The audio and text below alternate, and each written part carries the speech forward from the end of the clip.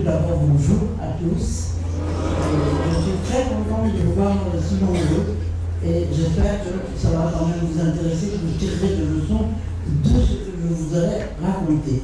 Alors, je commence maintenant à chaque fois mon intervention par un témoignage de tolérance surtout, enfin une incitation à la tolérance. C'est-à-dire pas de discrimination, pas de racisme, parce que la discrimination entraîne la haine, et la haine entraîne la violence, et après c'est l'escalade de la violence, et ça n'en finit pas. Donc pas de discrimination, pas de racisme, parce que de toute façon, la race humaine n'existe pas. Nous sommes l'espèce humaine parmi toutes les espèces vivantes, nous sommes l'espèce humaine, et nous avons tous le même sang rouge qui coule dans nos veines, et quand on nous humilie ou qu'on nous blesse, qu'on nous vexe, nous avons tous le même cœur qui saigne. Et l'histoire de couleur de peau, c'est uniquement un problème de lieu de naissance, de climat sur lequel on est né. Donc pas de discrimination, ça c'est très très important. Alors moi, quand la guerre a éclaté le 3 septembre 1939, j'avais 11 ans et demi. Et j'avais passé l'examen d'entrée pour entrer en 6e. Au lycée, en 6e. À Paris, j'étais parisienne naturellement. Au lycée en 6e. Et alors tout de suite, au début de la guerre, on nous a donné des cartes d'alimentation, on a réglementé, c'est-à-dire tout était contingenté, on était rationné. Chacun avait sa carte d'alimentation, et tous les mois, pour chaque denrée, une fois par mois, on avait les feuilles de tickets de pain, par exemple, ou de tickets de beurre, ou enfin il y avait des catégories, les bébés, enfin les enfants petits avaient droit à plus de lait, les enfants avaient droit à du chocolat, les hommes avaient droit à du vin et à du tabac, enfin, les adultes, et c'était comme ça. Et il y avait des queues terribles, parce que tout était vraiment très contingenté, et il y avait des queues devant les magasins, on faisait la queue à partir de 5 h du matin, les parents venaient faire la queue avant d'aller travailler. Ensuite, c'était les enfants qui prenaient le relais avant d'aller à l'école. Et ensuite, c'était les grands-parents qui venaient continuer la queue. Et quelquefois, quand on arrivait devant le comptoir déjà, il n'y avait plus rien à manger. Enfin, il n'y avait plus rien à vendre. Plus rien. Bon, vous verrez comment c'est important. Plus tard, je vous dirai. Et ensuite, on nous a donné aussi tout de suite des masques à gaz. On nous a appris à nous en servir et il fallait les transporter dans des cylindres en fer, enfin en métal. C'était très lourd, il y avait une bandoulière, il fallait transporter ça toute la journée.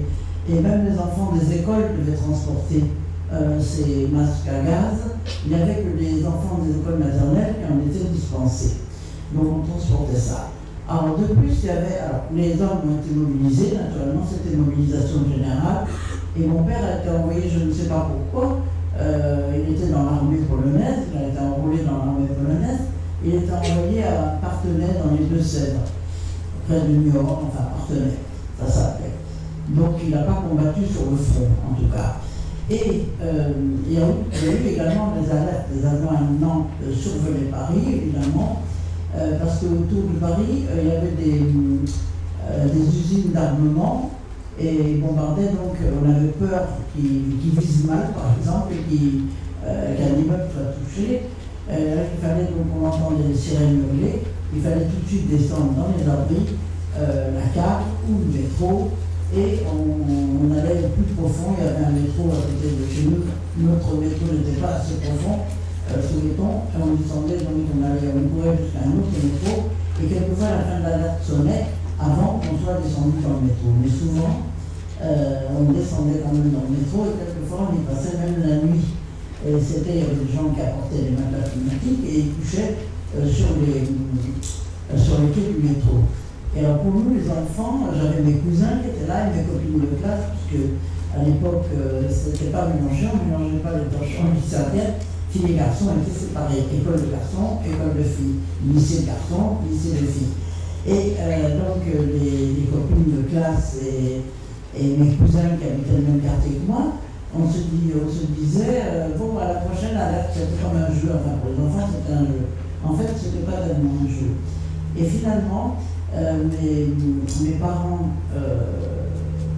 et mes oncles et tantes ont ont décidé, parce qu'ils avaient peur justement du bombardement, ils ont décidé de nous envoyer par un organisme juif qui s'appelle l'œuvre de secours aux enfants, parce que tout ce que je vais vous raconter, c'est l'histoire de la Shoah, c'est-à-dire de l'extermination des Juifs. Voilà, c'est ça que je dois vous raconter. Et ils avaient donc peur, dans cet organisme, avec cet organisme juif, ils nous ont envoyés sur la Côte d'Azur. Donc on est parti sur la Côte d'Azur, et là, il n'y avait pas de lycée, le lycée était trop loin, et on ne pouvait pas me conduire jusqu'au lycée, on ne pouvait pas détacher un moniteur ou une monitrice pour me conduire. Donc on m'a remis au CM2, enfin ce qu'on appelle maintenant le CM2, alors que j'avais passé l'examen d'entrée en 6e qui était assez dur. Je ne sais pas si je pourrais le passer maintenant, mais vous sûrement pas, parce que on était très sévère pour l'orthographe et le calcul mental aussi, enfin c'était un examen très dur. Et donc on m'a remis au CM2, alors que j'avais déjà fait 3 mois de lycée, j'étais rentré au lycée, le premier trimestre, enfin le 4e trimestre donc, de 1939, d'octobre à décembre, à fin décembre, j'avais fait 3 mois, et le latin était obligatoire à cette époque-là, dans tous les lycées, et avec anglais, première langue. J'étais assez bon élève d'ailleurs.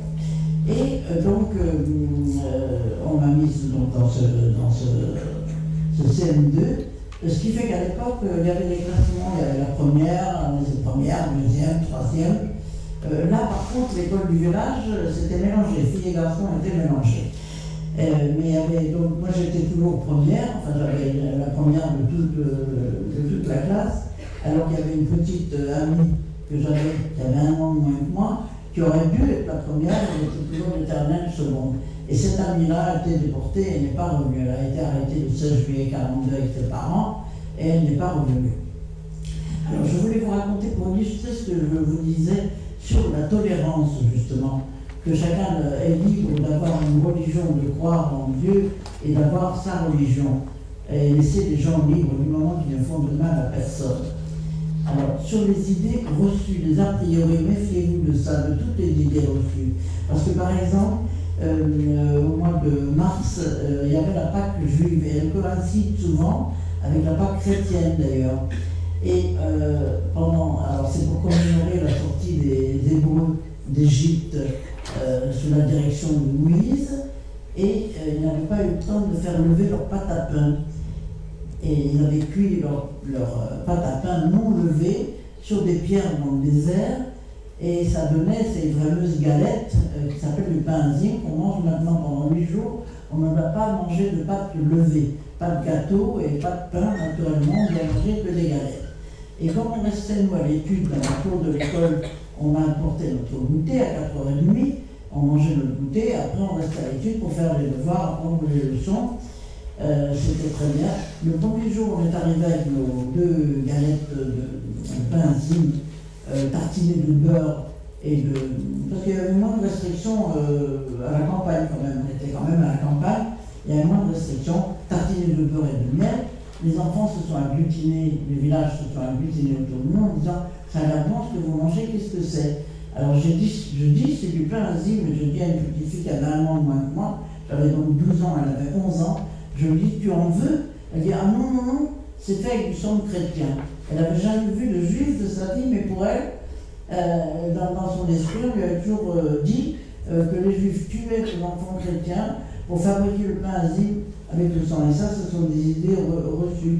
Et il y a eu ça, ma mère, enfin mes parents qui étaient nés en Russie, c'était pas la Pologne, mais encore à l'époque, c'était la Russie de ça, il y avait des procès justement pour crimes rituels.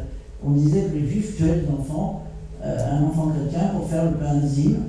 Et ces gens-là étaient condamnés à mort, normalement. Et ma mère se souvenait qu'elle a entendu parler, quand elle avait 10 ans à peu près, du dernier procès qu'il y a eu pour crime rituel.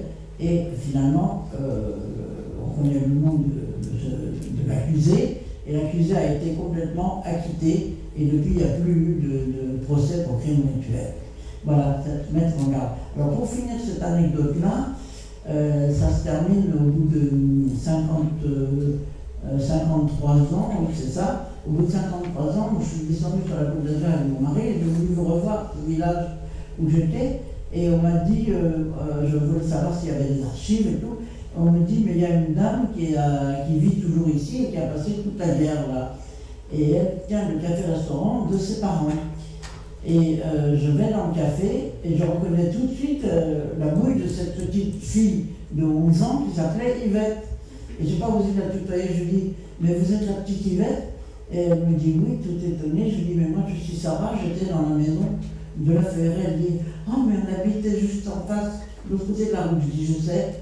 Et elle me dit, oh, mes parents se sont souvent demandé après la guerre qui étaient devenus les enfants qui étaient dans cette maison. Alors je lui dis, vous savez, moi je peux vous dire que la plupart ont été tués, mais il y a quand même quelques rescapés, dont je suis évidemment. Elle m'a chanté toutes les chansons, parce que c'était un peu comme une colonie de vacances, on marchait beaucoup, il y avait toutes les chansons, elle connaissait toutes les chansons, elle m'a donné une photo de notre classe avec notre institutrice et tout, et je lui dis, vous vous souvenez que vous avez dit que vous ne vouliez pas de pain asile parce que c'était fait avec du sang chrétien? Elle me dit, ah ça je m'en souviens pas, mais depuis la fin de la guerre, avec ma soeur, on mange toujours du pain asile parce qu'on croit que ça fait moins grossier que le pain ordinaire. Voilà, fin de l'histoire. Bon, alors je reprends, donc on est dans cette maison, on passe Pâques, on était au courant quand même de la guerre, de ce qui se passait pendant la guerre, parce que les militaires et militaires écoutaient la radio et nous racontaient naturellement.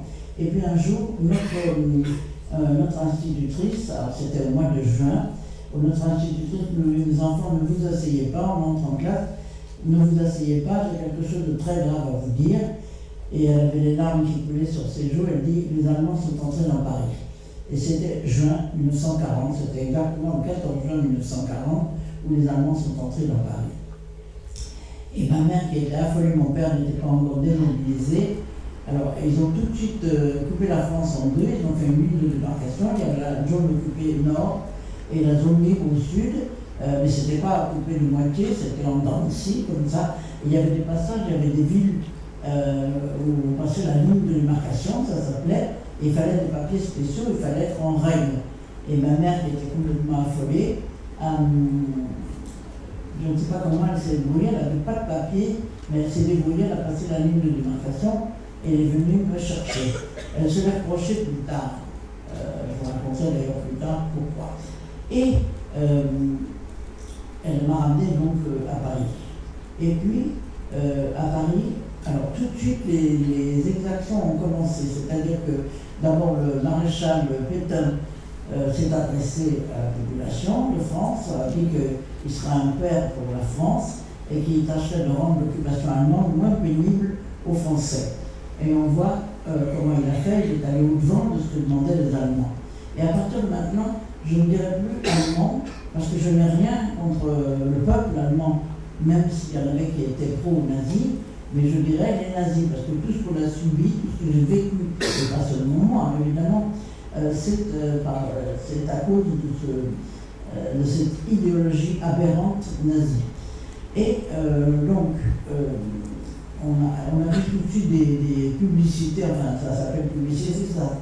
Ça s'appelait, comment ça s'appelait? Je me souviens plus. C'était pas pub, c'était un autre nom, je me souviens plus du nom, dans les journaux. Alors, et au cinéma aussi, il n'y avait pas la télévision, mais au cinéma, on voyait l'Isaac n'est pas Isaac. L'Isaac, le marchand de lunettes, je ne peux pas acheter, même maintenant, je ne peux pas acheter mes lunettes chez l'Isaac, par exemple. Bon, c'est un peu bête parce que ce pas les mêmes dirigeants, mais je n'achète pas mes lunettes chez Isaac. Et on a supprimé les manuels d'histoire en Malais et Isaac, qui, d'après les professeurs d'histoire, étaient de très bons manuels, parce que Isaac était juif. Tout ce qui était juif, c'était rien du tout, c'était à rejeter complètement. Ça, c'était l'idéologie de Hitler, et les nazis ont suivi cette idéologie-là. Et on a... Alors, pareil, le maréchal Pétain, les Allemands n'avaient rien demandé, mais lui, il a sorti un premier statut des Juifs, définissant qui était juif, qui n'était pas, et qui était juif surtout, et excluant de la fonction publique tous les fonctionnaires, c'est-à-dire les professeurs, les instituteurs, les postiers, tout ça a été exclu, radié de la fonction publique, et ensuite, ce premier statut des Juifs, ils l'ont amélioré, entre guillemets, avec un deuxième statut au mois de juin 1941, d'après lequel toutes les professions libérales étaient éliminées également, les médecins, les avocats, les infirmières.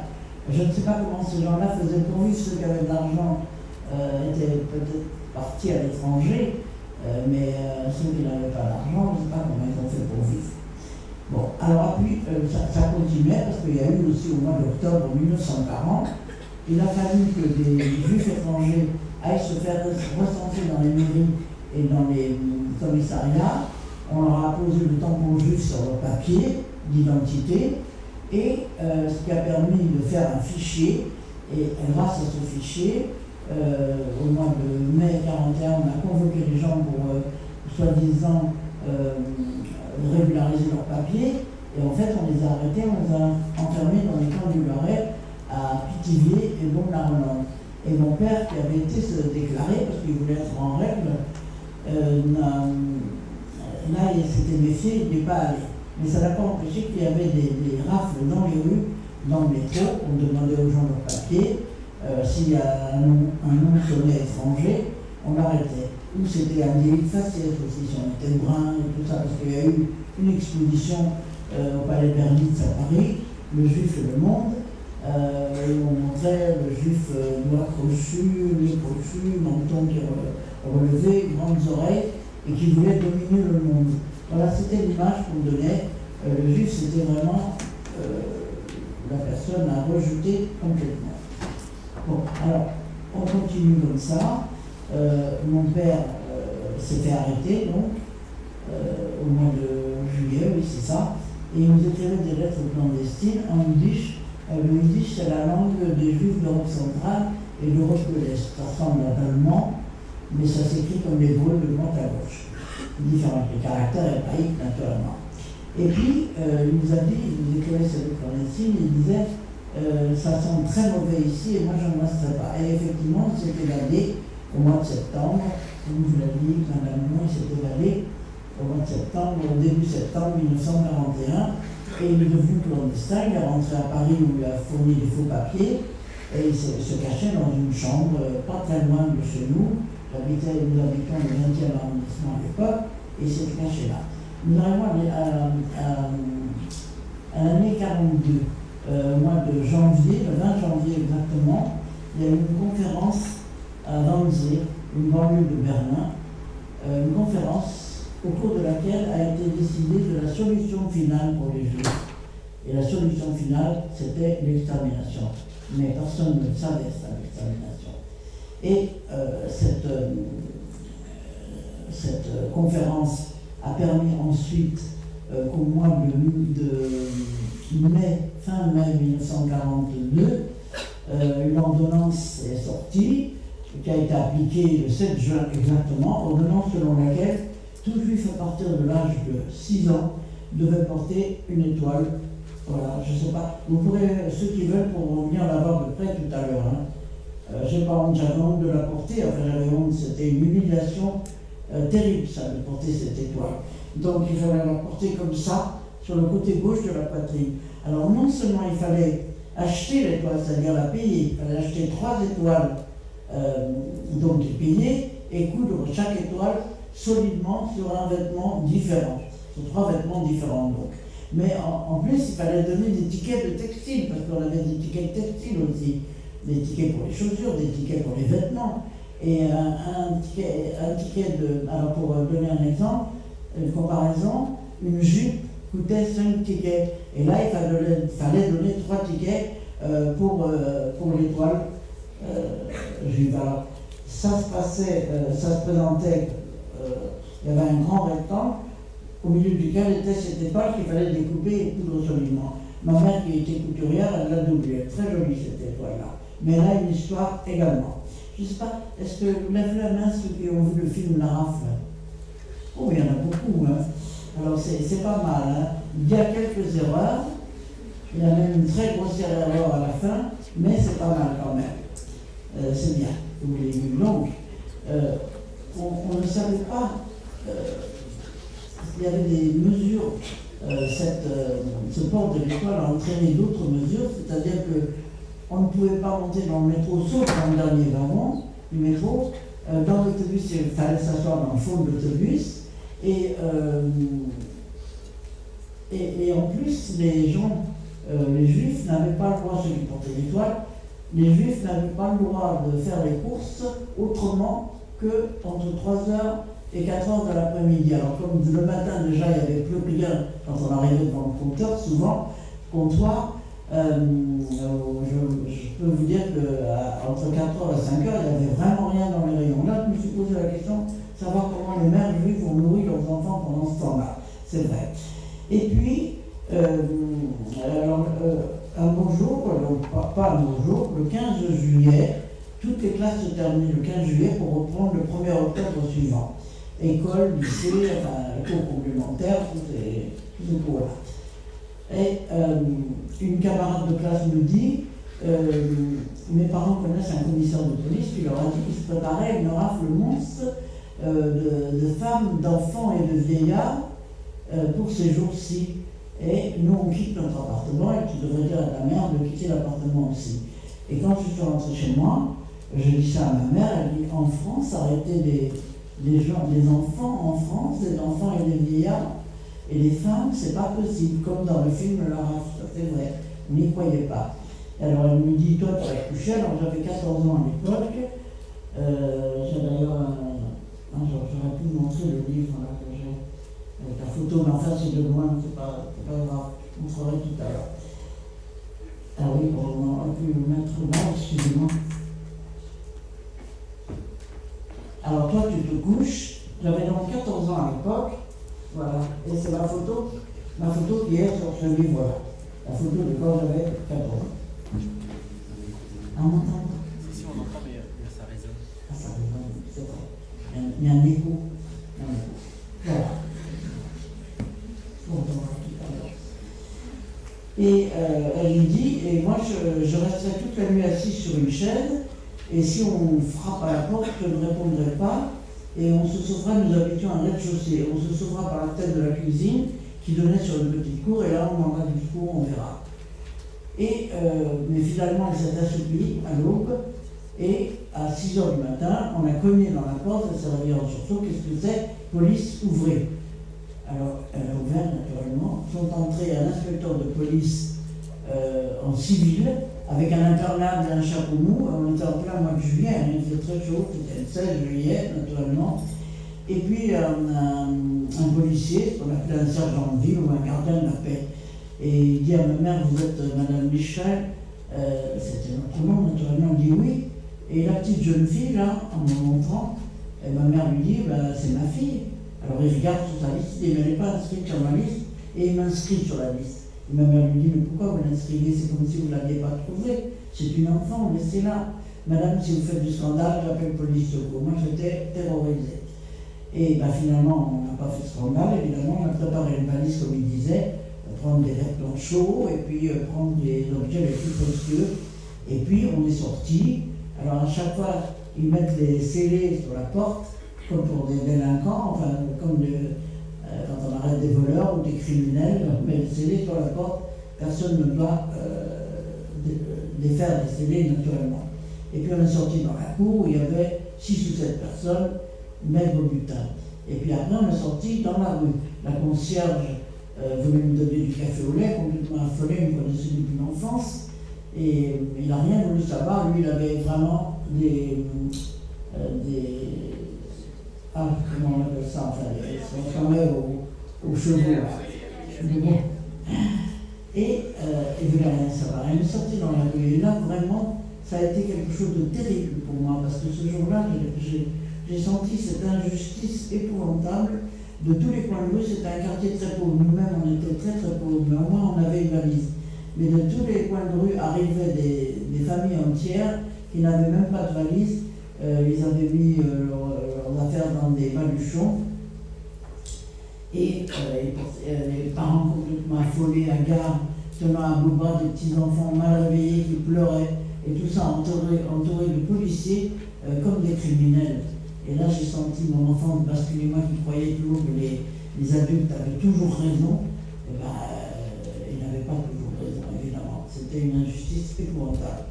On nous a fait traverser tout Paris jusqu'au 15e arrondissement, ce fameux Veldiv, qui est un peu comme le parc omnisport de Bercy, mais c'était en plus petit naturellement. Et je dois dire que pendant le trajet dans les autobus de ligne où on nous a mis, je n'ai pas vu un seul soldat allemand dans les rues, parce qu'ils avaient dû recevoir une consigne de ne pas quitter les casernes ou les maisons de famille où ils logeaient.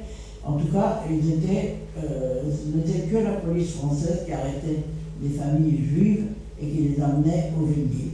Et devant le Veldiv, on déversait les cargaisons, ça arrivait sans arrêt, tous les cargaisons de juifs.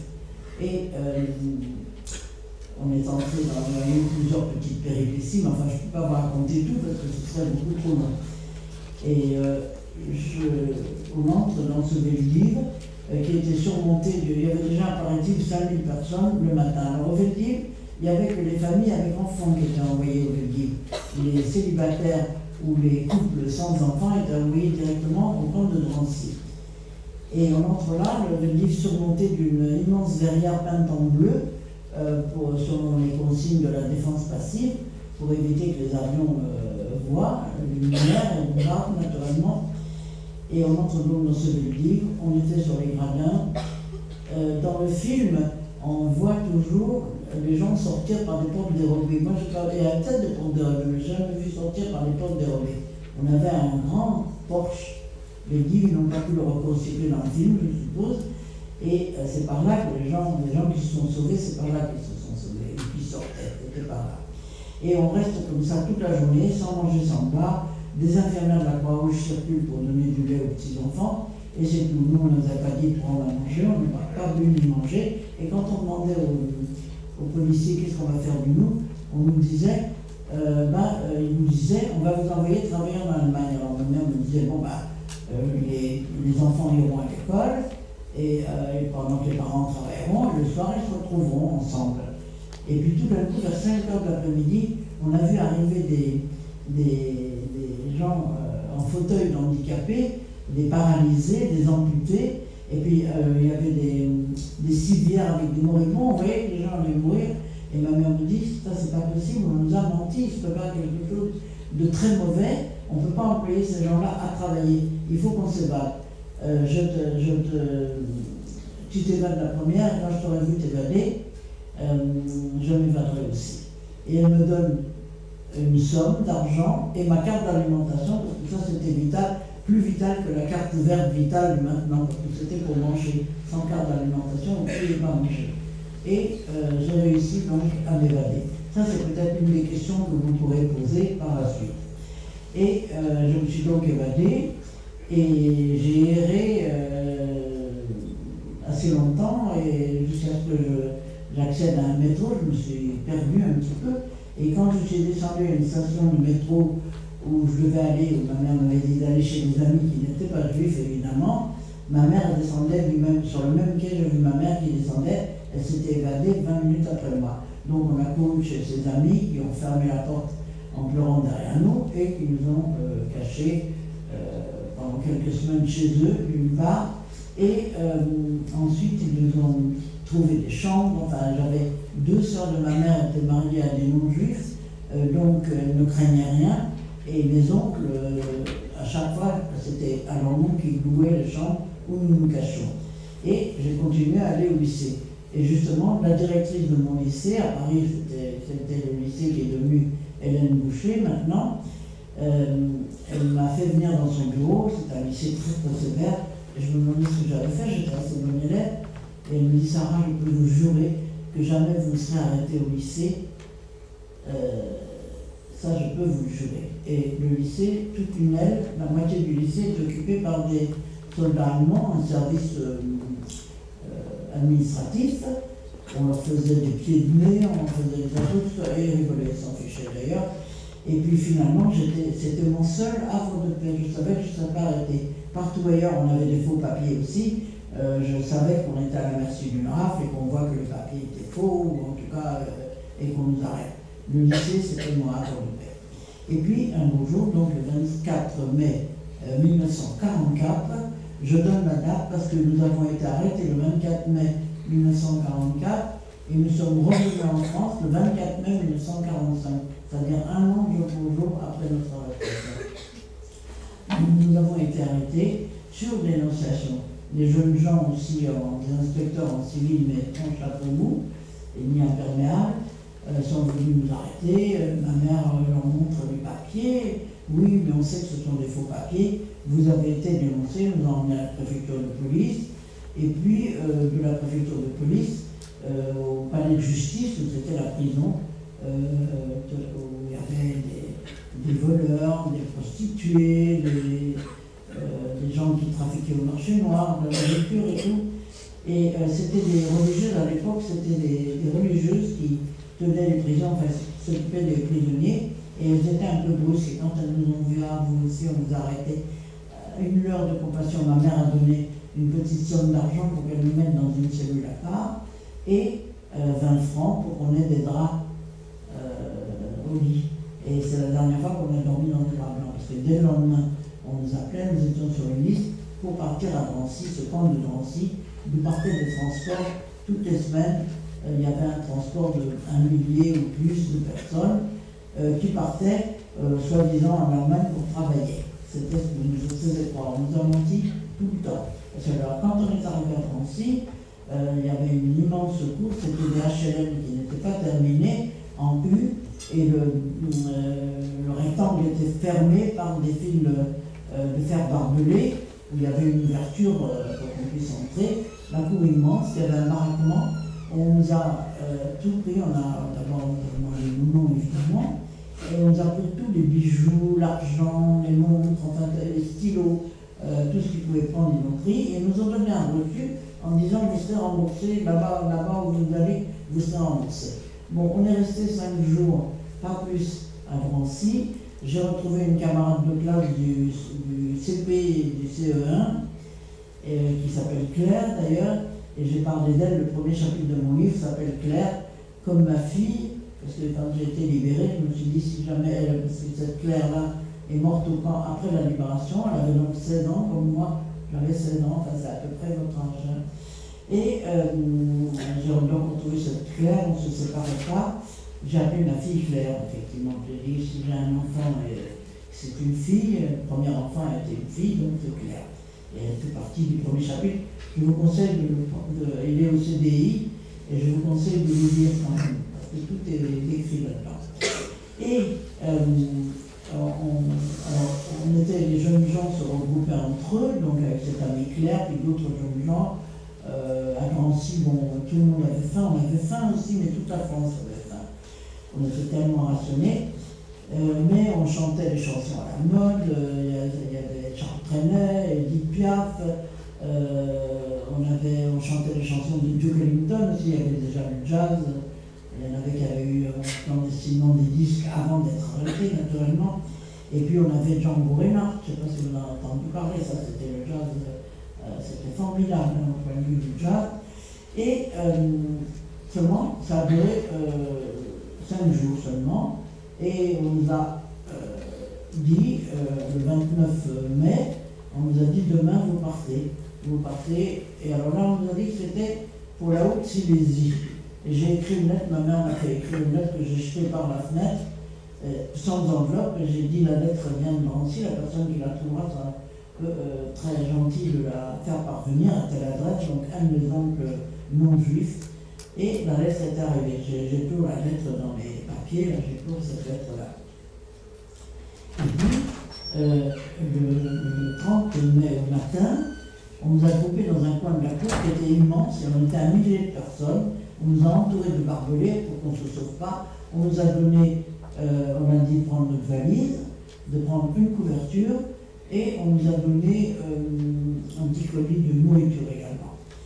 Et ce sont les gendarmes, alors là c'était les gendarmes qui gardaient, oui l'erreur justement au Veldiv, on montre dans le film des gendarmes dans le Veldiv, il n'y en avait pas, c'était uniquement la police nationale, hein, c'est pas le même corps. Les gendarmes c'est un régiment, alors à Drancy c'était les gendarmes qui nous gardaient, alors ce sont eux qui nous ont emmenés dans les autobus de Lille, jusqu'à une gare, la gare de Bobigny. Et là, on avait un train de ce qu'on appelait des wagons à bestiaux. mais en fait, ce n'était pas des wagons à bestiaux, c'était 8 chevaux, 40 tonnes. Ça fait des trains de transport de troupes de la Première Guerre mondiale et de la Seconde Guerre mondiale également.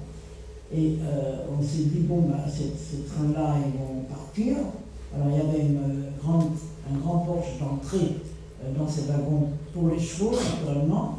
Et sur les côtés, il y avait de chaque côté de ce porche une lucarne longue comme ça et haute comme ça, grillagée.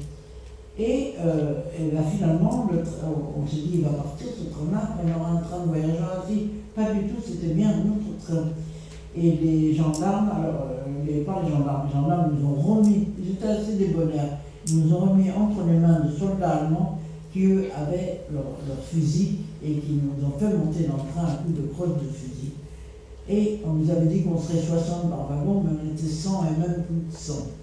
Avec un baril, ils nous ont donné un baril d'eau pour boire et un autre baril pour les besoins humains qu'on a mis dans le fond du wagon. Seulement le train est resté très... Ma mère a eu la très bonne idée, elle dit écoute, on va se mettre près d'une des lucarnes grillagées, comme ça on pourra respirer quand le train avancera. Alors ça a été une bonne idée, mais le train est resté très très longtemps sur le quai et quand il est parti, le baril d'eau était déjà vide, enfin, complètement vide, mais l'autre baril débordait.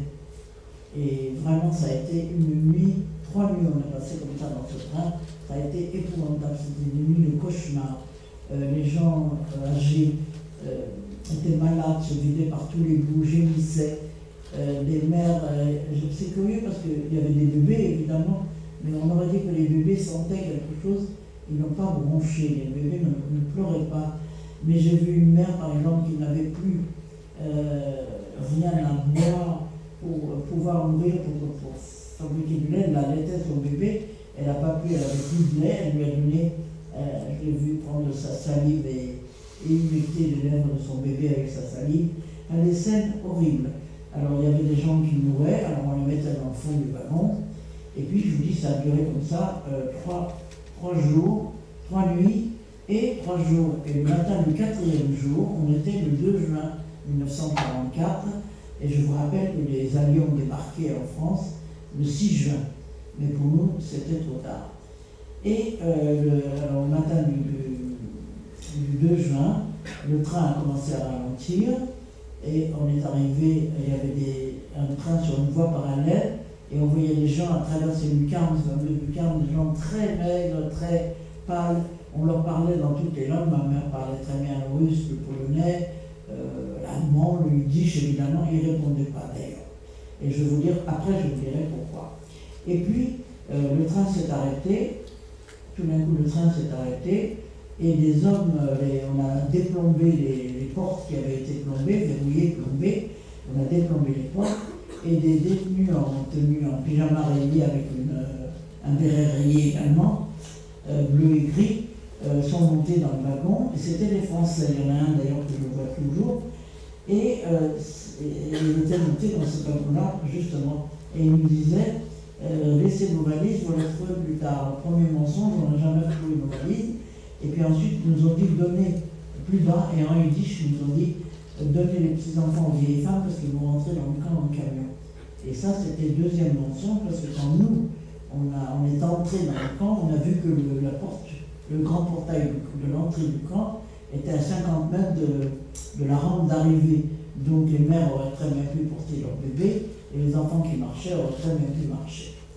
Alors ça c'est la suite, après je vous raconterai la suite.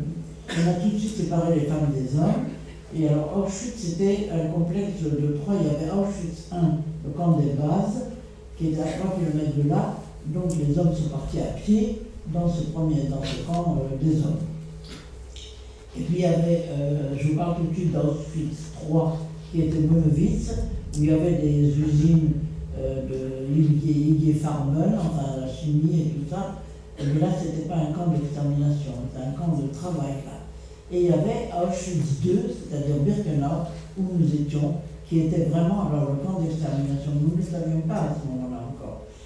Alors, les hommes étaient donc séparés des femmes, notre colonne de femmes a continué à avancer, les Allemands, enfin les nazis étaient des officiers et sous-officiers sur le quai avec les chiens. Moi j'avais fait allemand en deuxième langue, j'aimais beaucoup la poésie allemande, j'aimais la littérature et tout.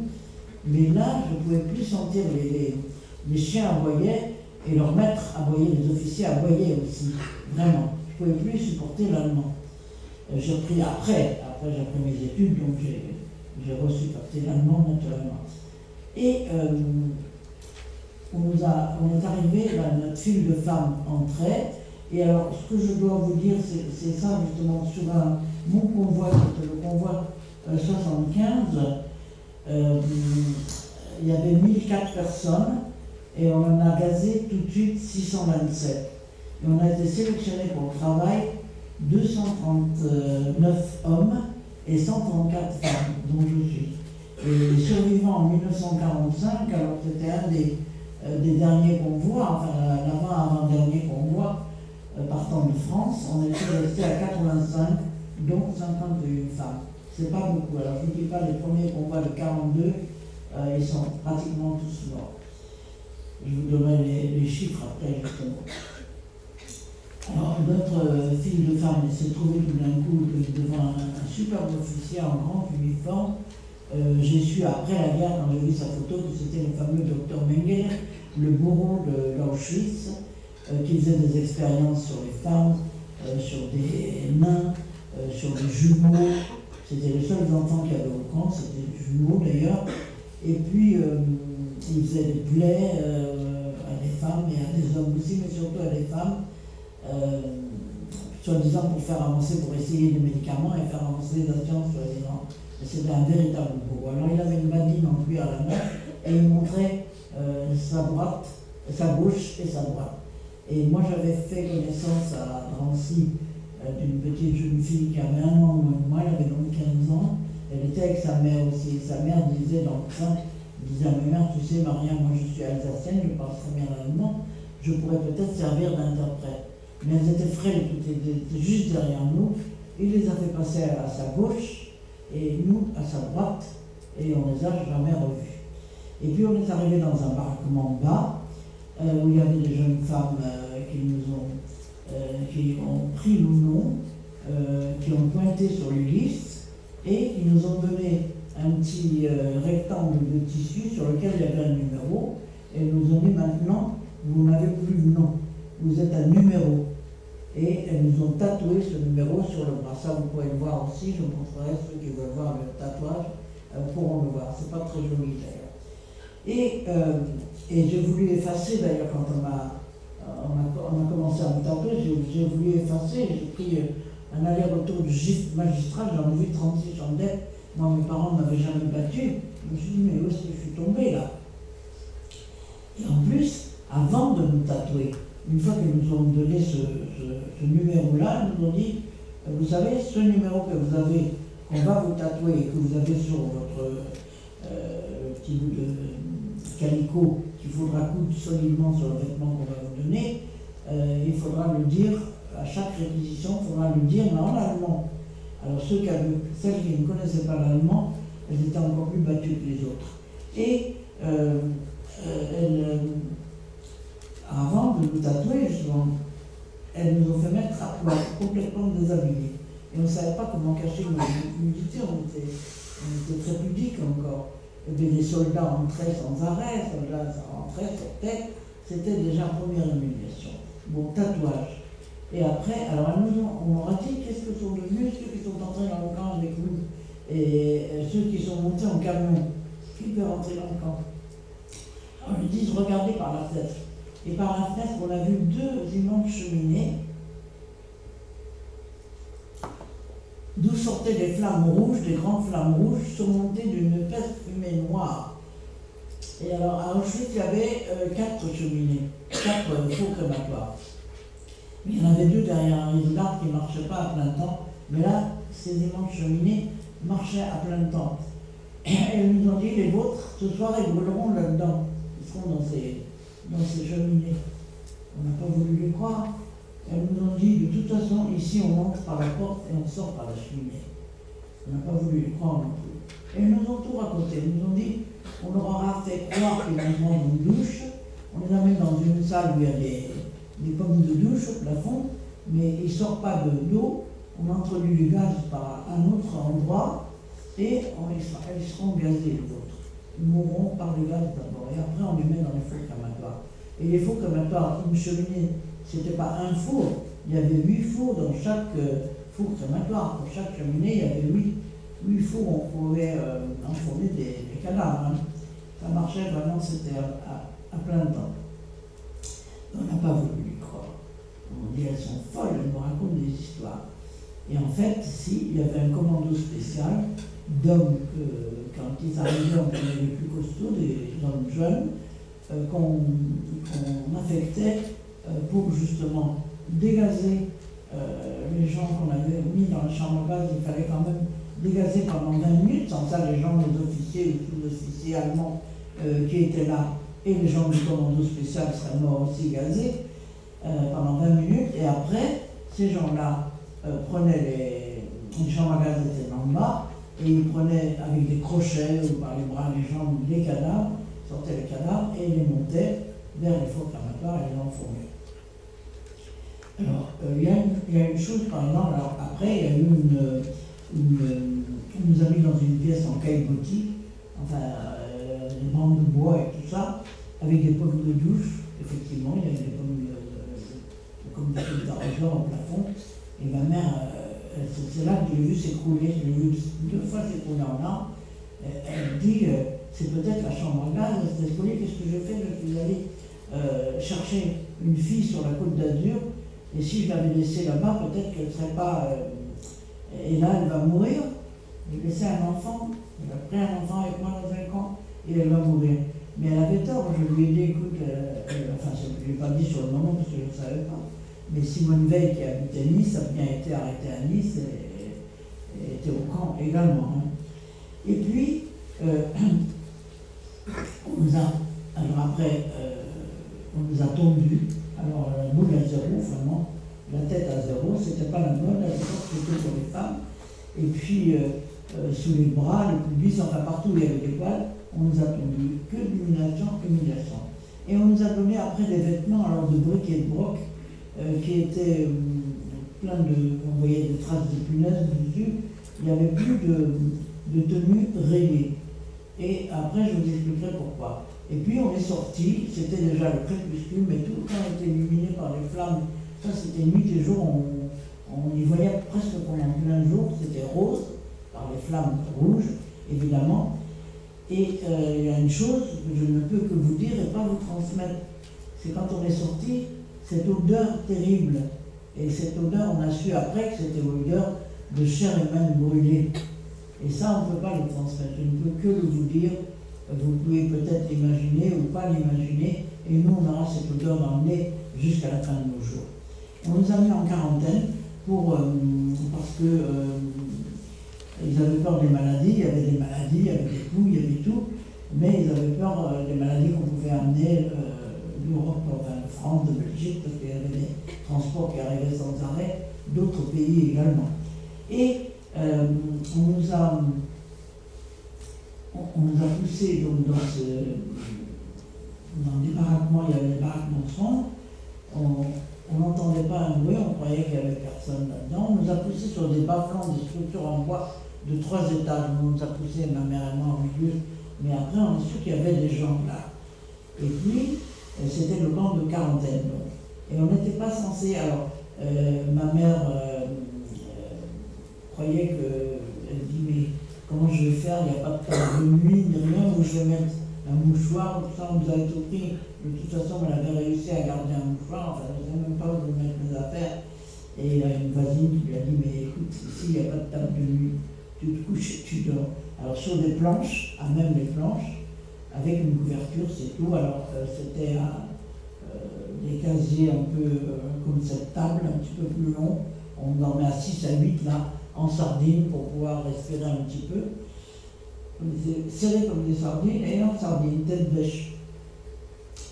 Et puis, dès le lendemain, on criait Aufstehen, levez-vous. Alors on prenait des volontaires à coups de cric et de matraques et de bâtons on prenait des volontaires pour aller chercher le café, ce qu'ils appelaient le café au chaud teinté, et ensuite de café holen, c'est-à-dire aller chercher le café dans des grandes barriques qu'on portait à 4.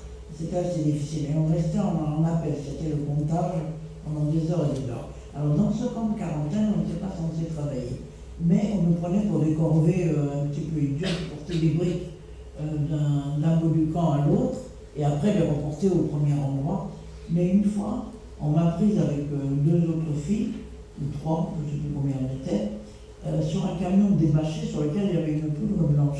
Et quand je me suis approché de ce camion, j'ai senti l'odeur et je me dis, ça c'est de la chaux vive qu'il y a sur ce camion.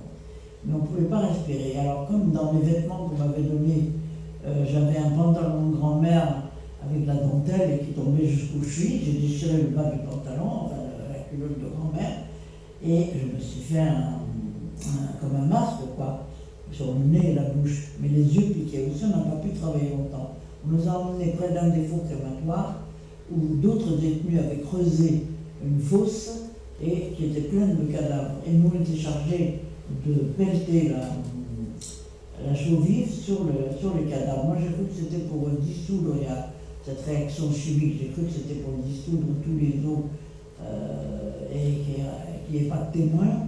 Mais on m'a dit par la suite, j'ai su que c'était pour éviter l'épidémie, justement, et qu'une fois que les fours marcheraient normalement, enfin les chambres à gaz et les fours, on défrait la chape de chaux vive et qu'on brûlait. Parce que ce qui s'est passé tout ce printemps 1944, c'est qu'on a liquidé tous les ghettos de Pologne.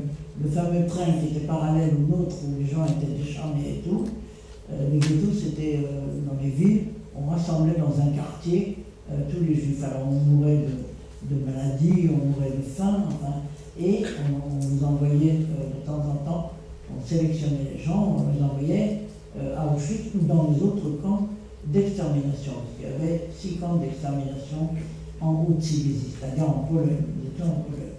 Et en fait, donc tous ces trains des ghettos, c'était le ghetto de Lodz qui était à côté de nous. J'ai vu arriver le ghetto de Lodz d'ailleurs. Et non seulement on exterminait, c'est-à-dire on faisait venir tous les ghettos, on liquidait les ghettos, mais on déportait aussi les juifs hongrois.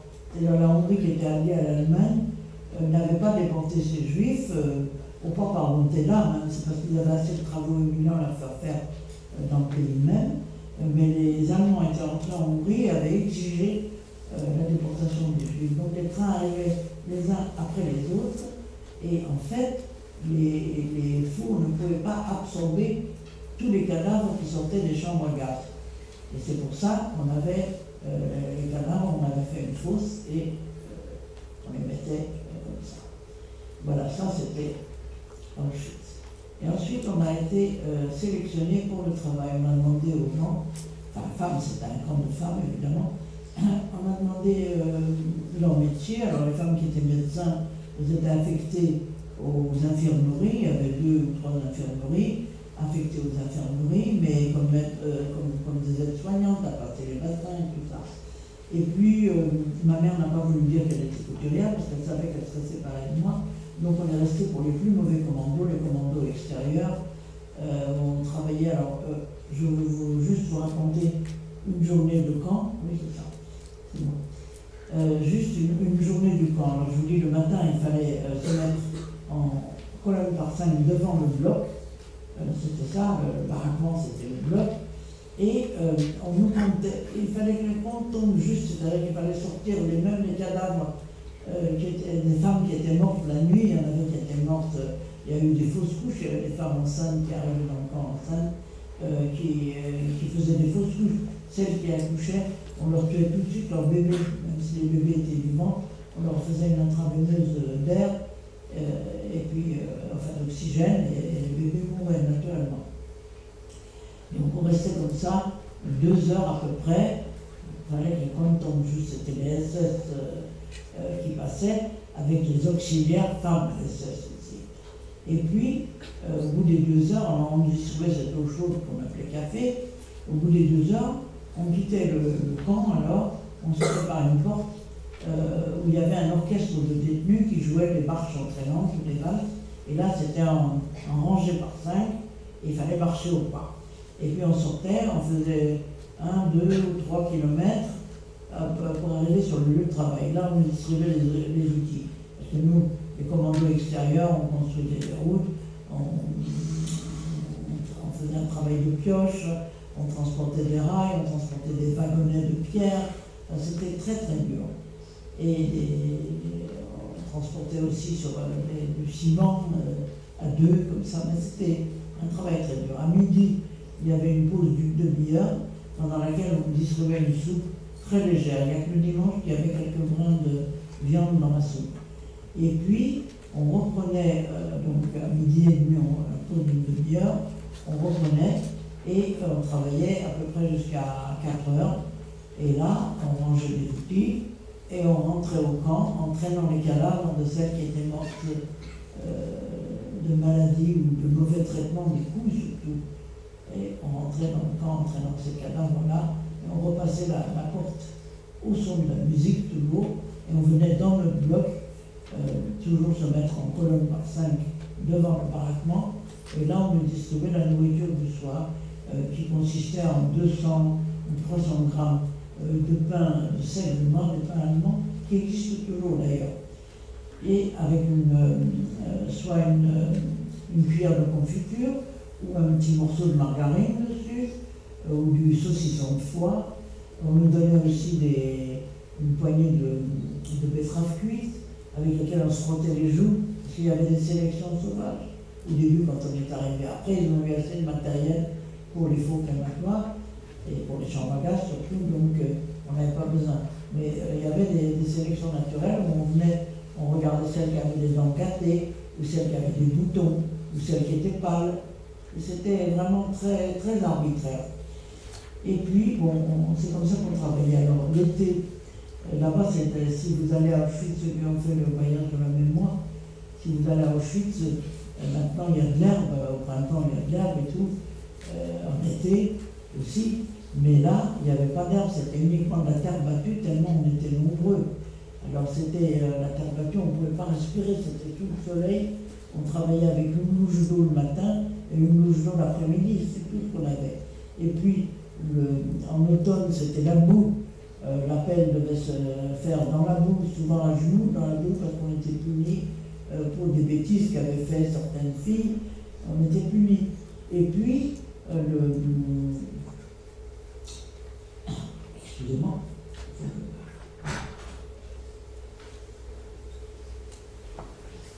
On était battus sans arrêt. Et alors, il faut que je vous dise justement, l'organisation du camp était très bien faite. Je n'ai pas vu de SS sévir vraiment. Ils sévissaient, mais ils ne battaient pas, en principe. Mais toute une hiérarchie, tout était bien organisé. Ils avaient sorti, les nazis avaient sorti des prisons, ceux qu'on appelait les triangles verts, qui étaient des criminels, et ils avaient mis à la tête des camps. Toute la hiérarchie était faite de triangles verts et triangles noirs, les associés, les asociaux, pardon. Et ceux-là, ils avaient droit de vie et de mort sur vous. Ils pouvaient vous battre sans arrêt.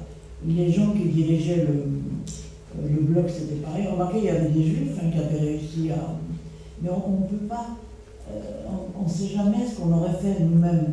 Moi, je ne peux pas les accuser. Parce que pour survivre, on fait des tas de choses mauvaises quelquefois aussi. Mais en général, c'était les gens qui sortaient des prisons, qui nous dirigeaient. Alors les chefs de bloc avec leurs aides avaient le droit de vie ou de mort. Et au travail, c'était les capots avec leurs aides également. Les capots, c'était le chef de chantier. Quand on partait travailler, il y avait un chef SS qui était là. Et puis il y avait la capot, donc chef de chantier, les contre-maîtresses, Vorarbeiterin, ça c'était un allemand. Et puis, il y avait 5 ou 6 soldats avec leurs chiens, pour pas qu'on se sauve évidemment. Eux, leur jeu, c'était de jeter les chiens sur nous, de nous faire tomber. Ça les amusait, de nous faire qu'on se fasse mordre et tout ça. Enfin, l'humiliation était sans arrêt, l'humiliation. Et puis un jour, au bout de 5 mois et demi, ma mère, on m'a séparé de ma mère. Et ça a été pour moi la plus terrible des choses. Et on m'a envoyé dans le camp des hommes. Et j'ai cru, on était une quinzaine de filles et de jeunes femmes, qui étaient encore pas trop mal. On était maigres, ça c'est vrai, parce qu'en principe, on aurait dû vivre 2 mois et demi, c'est tout. Et après, on était liquidés. Et on a donc séparé ma mère. Et nous, on croyait qu'on allait, on savait que dans le camp des hommes, il y avait le bloc d'expérience de ce fameux docteur Mengele, le Boldi. Et on s'est dit, on va nous envoyer là-bas pour les expériences. Et finalement, non. Ils avaient réservé 2 blocs entourés de barbelés également. Ce que je ne vous ai pas dit, c'est qu'à Birkenau, tous les camps, le camp était immense. Hein. Il y avait des tziganes là, que j'ai vu partir à la chambre à gaz. Les 4000 tziganes qui restaient sont partis le 2 août, le 1er août à la chambre à gaz. Parce que le 2 août devait arriver un transport de France, il y avait une place, il fallait faire la place. Alors on a liquidé les tziganes. Il y avait des prisonniers de guerre russes qui étaient là aussi, et tout, c'était quelque chose d'immense. Et chaque camp était entouré de fils de poteaux avec des barbelés électrifiés, et on voyait souvent le matin, il y avait des pancartes Stoi en polonais et Halt en allemand avec la tête de mort et les tibias croisés, pour dire de ne pas s'approcher. Mais celles qui en avaient assez, elles se suicidaient comme ça, elles allaient s'approcher au fil. C'était devenu une expression d'ailleurs. Tiens, une telle, on l'a pas vue depuis longtemps, ah ben elle est allée au fil, voilà, c'était l'expression. Mais là, dans le camp des hommes, à Auschwitz I, il y avait des barbelés auto de 2 blocs, rarement réservés aux femmes, mais elles n'étaient pas électrifiées. Et puis, c'était des casernes, d'anciennes casernes pour les soldats polonais, donc des bâtiments en briques, il faisait plus chaud. Les structures à 3 étages, c'était pareil à 3 étages, mais c'était des lits individuels où on avait une paillasse et puis 2 couvertures, on les faisait plus chaud. Mais sinon, bon, le travail était toujours aussi dur. Et puis un jour, on entendait des canonnades, parce qu'il y avait le front de l'Est, à l'ouest, les armées alliées avançaient, puisque les Américains, les Canadiens, les Anglais avaient débarqué, et les Français avançaient pour libérer toute l'Allemagne. Évidemment, c'était le front de l'Ouest. Et sur le front de l'Est, il y avait les Soviétiques qui avançaient également. On entendait des canonnades, et quand on sortait travailler, on voyait des trous de buis, on disait oh, pourvu qu'ils bombardent, il y en a qui mourront, il y en a qui survivront. Et puis finalement, en janvier, le 18 janvier 1945, on nous a mis sur les routes, on nous a dit de prendre une couverture, on nous a donné un pain entier et une boîte de cornets de bif, qu'on appelait du singe d'ailleurs, et on nous a dit de partir, on nous a mis sur la route. Et moi j'avais demandé, je n'avais pas compris, j'avais osé aborder le chef du camp, qui s'appelait Östler, et j'avais osé lui demander en allemand, naturellement avec beaucoup de Bitteschön, Dankeschön et tout ça, beaucoup de respect. Je n'étais pas mise à genoux quand même. Je lui avais dit, ma mère est restée à Birkenau, est-ce que vous ne pourriez pas la faire venir à Auschwitz? Alors, il m'a dit en allemand, Auschwitz kommt nach. Je n'ai pas compris ce qu'il a voulu dire. Et finalement, j'ai compris après, parce qu'on a commencé à marcher, on faisait 30 km par jour, des gens déjà quand même épuisés. Nous, on marchait juste derrière les hommes, évidemment. Et la nuit, on couchait la première nuit dans la grange. Après, ça a été chez des habitants. Mais on était toujours en Pologne, hein, toujours en Haute-Silésie. Et la première nuit, on pousse les gens dans une grange où il n'y avait aucune lumière, évidemment. Et le lendemain, il neigeait, hein, il faisait très très froid. On était le 18 janvier, donc 1945. Et je vous rappelle que Auschwitz a été libéré le 27 janvier 1945, bien évidemment. Et dans le baptême, on a retrouvé les gens qui n'avaient pas pu rentrer, ils étaient morts dans la neige, morts de froid, bien évidemment. Et je rentre dans cette grange, il faisait noir et je marche. Alors, pendant 2 mois, les 2 mois et demi où j'ai été séparée de ma mère, je n'ai pratiquement pas parlé français. Dans un des blocs, il y avait des Françaises, mais moi j'étais avec des Russes, où je parlais un petit peu russe et allemand avec les Russes, et avec des Hongroises avec lesquelles je parlais le yiddish. Et tout d'un coup, je marche sur quelqu'un et j'entends un grand merde. Je dis, tiens, ça c'est une Française. Alors, elle me donne son nom, qui tu es, et toi qui tu es. Elle me dit, ta mère est dans le convoi, mais elle est à la fin du convoi. C'est-à-dire qu'on avait eu la même idée, on aurait pu se cacher. Ma mère aurait pu se cacher à Birkenau, et moi j'aurais pu me cacher à Auschwitz, dans des hommes, mais on avait l'espoir de se retrouver. Et là, j'ai compris ce qu'a voulu dire le chef de camp quand il a dit Auschwitz kommt nach, c'est-à-dire Auschwitz suit. Il savait qu'on allait partir le 18 janvier et que le camp de Auschwitz serait également liquidé. C'est-à-dire qu'il ne laissait que des malades, en principe, qui mourraient quand les Russes, quand les Soviétiques arriveraient. Et puis, donc, on s'est retrouvés. Alors, le lendemain de cette nuit de grange, j'ai fait le convoi à l'envers et ma mère, qui avait su également que j'étais dans le convoi, courait en avant, s'est retrouvée au milieu du convoi. On a dit on ne se quittera plus jamais. Et puis, on est arrivé au bout de. On a fait peut-être 80-90 km, justement, on a marché pendant 3 jours. Et le 4e jour, on est arrivé dans une gare où on nous a mis dans des wagons découverts, des wagons à charbon. Et là, on avait la neige qui tombait sur nous. Ça a été épouvantable, un voyage de 5 jours. Et on avait tellement soif qu'on ne pouvait plus manger les quignons de pain qui nous restaient. Parce que la soif, c'est pire que la faim. Vous avez la langue qui gonfle dans la bouche, vous avez l'impression d'étouffer. On donnait les quignons de pain qui nous restaient à des Polonais sur la route qui ramassaient avec nos gamelles la neige et qui échangeaient des quignons de pain contre de la neige. Mais là, il y a eu des cadavres également dans ces wagons. La seule chose magnifique qu'on a eue, c'est au 3e jour, 5 jours et 5 nuits.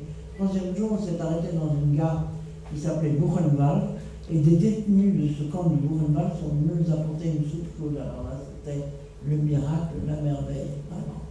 Et puis, on est arrivé à une station qui s'appelait, le train s'est arrêté à Bergen-Belsen, et on était arrivé donc au train dans ce camp, on a marché 1 kilomètre de Bergen-Belsen, et à la porte d'entrée, ma mère a trouvé un crouton de pain, et elle dit ici on va mourir de faim.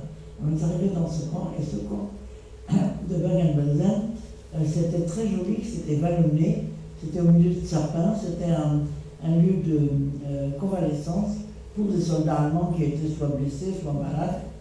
Et c'était très joli, il y avait des baraquements, on a vu, cloisonnés, avec des structures en bois aussi, les bas-flancs, mais d'une personne. On s'est dit, on sera pas mal ici. Et finalement, des ouvriers sont venus, ont retiré tous les lits, ont cassé les cloisons, et ça faisait une immense salle, enfin notre baraquement était une immense salle, où on couchait à même le plancher par terre avec une couverture. Et ça a été pire qu'à Auschwitz, qu'à Birkenau, parce que là on ne travaillait plus, il n'y avait plus d'appel, mais on n'avait presque plus rien à manger. Et les toilettes, oui, étaient tellement mal tenues qu'il y avait des rats qui couraient et des poux, et il y a tout de suite c'est déclaré une épidémie de typhus. Et puis, une autre distraction, c'était de jouer avec des poux, enfin ça c'était une distraction. Une autre distraction était de se raccompagner les unes les autres, des camarades qui étaient séparés, ils n'étaient plus dans le même bâtiment que nous, le même bloc, de se raccompagner les unes les autres. Et un jour, on raccompagne une amie de l'âge de ma mère, qui était jeune d'ailleurs, ma mère encore, et on la raccompagne, et dans le baraquement, alors peut-être à 2 mètres, d'habitude je dis comme au premier rang, vous êtes loin, mais on arrive dans son baraquement, et à 2 mètres de l'entrée, comme ça, il y avait du monde qui était là, elle me dit, tu sais, dans ma baraque, il y a une petite jeune fille qui est un peu plus jeune que toi, elle vient de Hollande, et elle s'appelle Anne. Et la petite jeune fille l'a entendue, elle était maigre, elle a penché la tête, elle m'a fait un petit sourire triste, et c'est seulement quand le livre est sorti dans les années 50, et que j'ai vu sa photo, j'ai reconnu que j'avais vu Anne Frank ce jour-là. J'ai rencontré Anne Frank avant qu'elle meure, parce que une semaine ou 10 jours après, la même amie est venue nous dire chez la petite jeune fille, elle est morte du typhus, c'est tout. Et moi, Alors là, je vais bientôt m'arrêter parce qu'après vous allez poser des questions. Le reste, c'est vous qui verrez ça. Là, il y a un article. Si vous tapez Sarah Montard sur Google, vous en avez 13 pages, tous les établissements dont j'ai parlé. Il y a des vidéos aussi. Il y a surtout un article qui s'appelle Sarah Montard, 16 mars 1945. C'est aujourd'hui mon anniversaire. Et comme cadeau d'anniversaire, j'ai eu le typhus. Voilà. Alors là, je raconte tout ce qui s'est passé. Je raconte pas différemment parce que je ne me rappelle plus à cette époque-là quand j'ai écrit l'article. Je raconte tout et je raconte comment ma mère m'a soigné avec 2 autres camarades qui étaient malades, mais moins malades que moi. Et là, vraiment, j'ai failli mourir. Ma mère m'a donné naissance une 2e fois. Donc, on a été libérés. Je vous raconte maintenant également un rêve que j'ai fait juste la veille de notre libération. Et on a été libérés par la première armée anglaise le 15 avril 1945. Bon, et après, bon, on a toutes les péripéties, on est revenu en France. C'est vrai que maintenant, j'ai beaucoup d'élèves qui viennent, qui passent le concours de la résistance, de la déportation de la résistance, et c'est sur la libération et la vie, la reprise de la vie après. Mais vous pouvez me poser les questions que vous voulez. C'est à vous maintenant.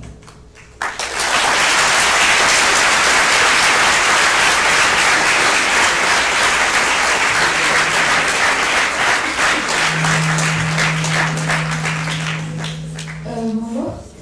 Comment vous avez fait pour vous évader Levez-vous, que vous voyez. Pardon. Comment vous avez fait pour vous évader du Veldiv? Attendez, je parle pas de moi. Comment vous avez fait pour vous évader du Veldiv? Ah, le Veldiv, ah oui, le Veldiv. Eh bien, moi j'étais très timide à 14 ans, on est quand même timide en général. J'essayais de me glisser derrière un policier chaque fois et on me repoussait dans le Veldiv. Mais ma mère, qui était au milieu des policiers aussi, un petit peu derrière, me regardait d'un air suppliant, je dis bon, ben, je vais me lancer.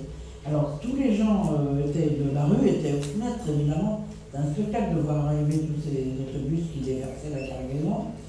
Et il y avait un petit attroupement à 2 mètres à peu près de l'entrée du grand porche du Veldiv, il y avait un petit attroupement.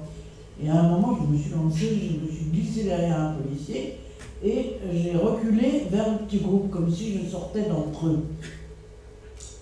Et il y a un policier qui me dit et vous, là, qu'est-ce que vous voulez? Alors, je n'ai pas su quoi lui dire, je lui ai dit, je ne suis pas juif, je veux voir quelqu'un. Alors, il me dit, foutez-moi le camp.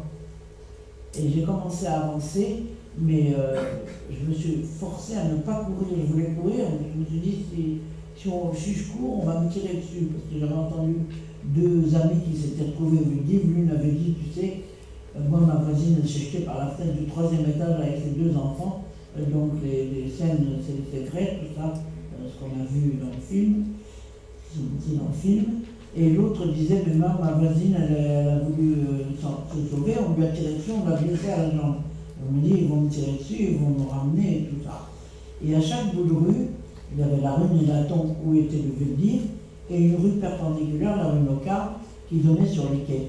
Et à chaque bout de rue, il y avait des policiers qui demandaient des justificatifs de domicile aux gens. Ils avaient le droit de sortir des immeubles, ceux qui habitaient les immeubles. Ils leur demandaient des quittances de loyer ou des factures d'électricité, des trucs comme ça. Et moi, ils m'ont rien demandé. Et je m'étais posé la question, mais je ne me suis pas posé la question en mettant est-ce qu'ils m'ont cru? Et j'ai dit non, c'est pas possible. Le policier qui m'a dit foutez-moi le camp, il ne peut pas m'avoir cru.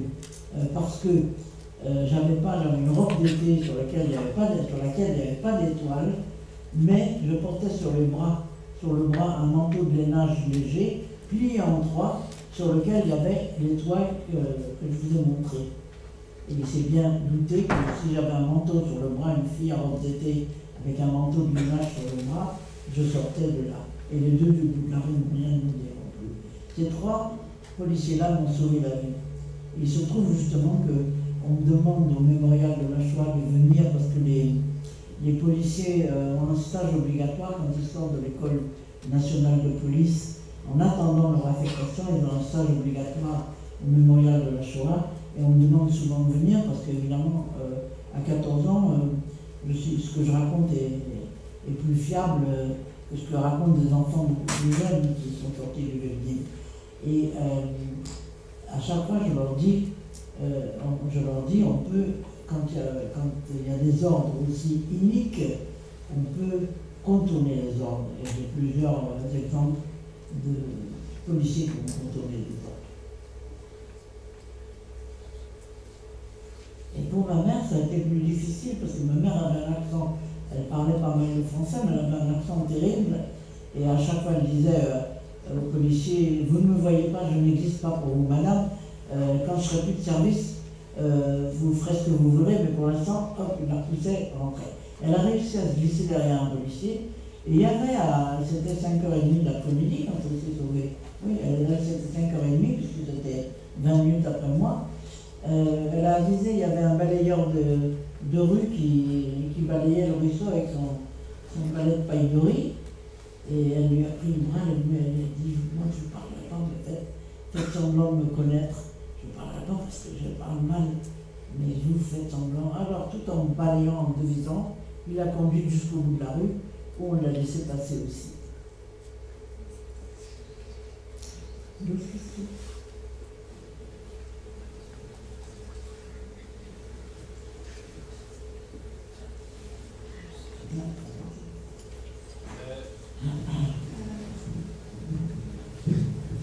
Bonjour. Comment est-ce que vous jugez la place du génocide dans la société aujourd'hui? Comment est-ce que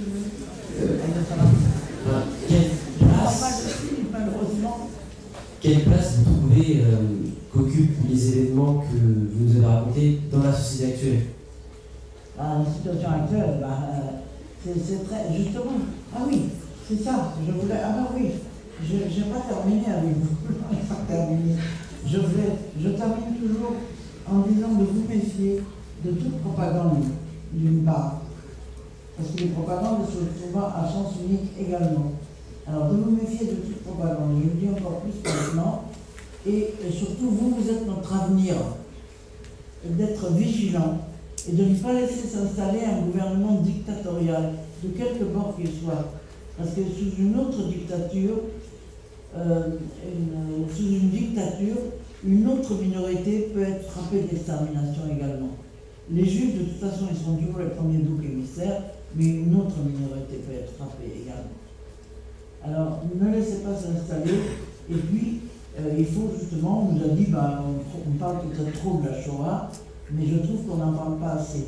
Parce qu'on parle des autres génocides également, au mémorial de la Shoah, on parle du Rwanda, on parle de l'Arménie, enfin de tout ce qui s'est passé, parce que malheureusement, il y a toujours eu des guerres et des génocides.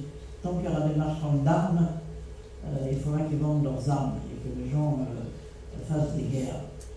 Et en fait, c'est très difficile. Il n'y a que par l'éducation, justement, par les professeurs ou les gens des lycées, les documentalistes, par exemple, ici c'est le documentaliste qui m'a demandé de venir.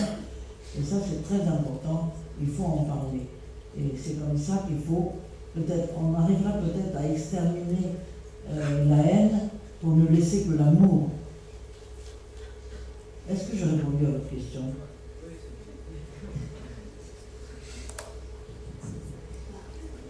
Alors, si vous lisez mon livre qui est au CDI, vous verrez que j'ai voulu parler justement d'amour surtout. Il y avait quelqu'un par là aussi. Bonjour. Vous avez dit tout à l'heure que quand vous êtes arrivé à Auschwitz, les rescapés ne vous parlaient pas. Et vous avez dit que vous ne diriez pourquoi, mais vous ne l'avez pas fait. Voilà. Excusez-moi, alors là, pour une fois, c'est très rare, j'ai oublié d'éteindre mon portable. Ça fait rien. Vous pouvez me traduire parce que je n'ai pas bien entendu. Vous avez raconté tout à l'heure que vous aviez rencontré des survivants au moment où vous étiez dans votre train qui partait et ils ne vous ont pas parlé. Oui. Et pourquoi? Pourquoi ils ne vous ont pas parlé? Non, mais la voix, quand on est arrivé à Auschwitz, parce qu'ils étaient épuisés. Et eux-mêmes, ils étaient tellement effrayés, et c'était des gens qui venaient des ghettos, c'était terrible, c'était pas des rescapés, hein. Ils allaient là pour la chambre à gaz, ils allaient à la chambre à gaz directement. C'est ça. Ah, je suis désolée.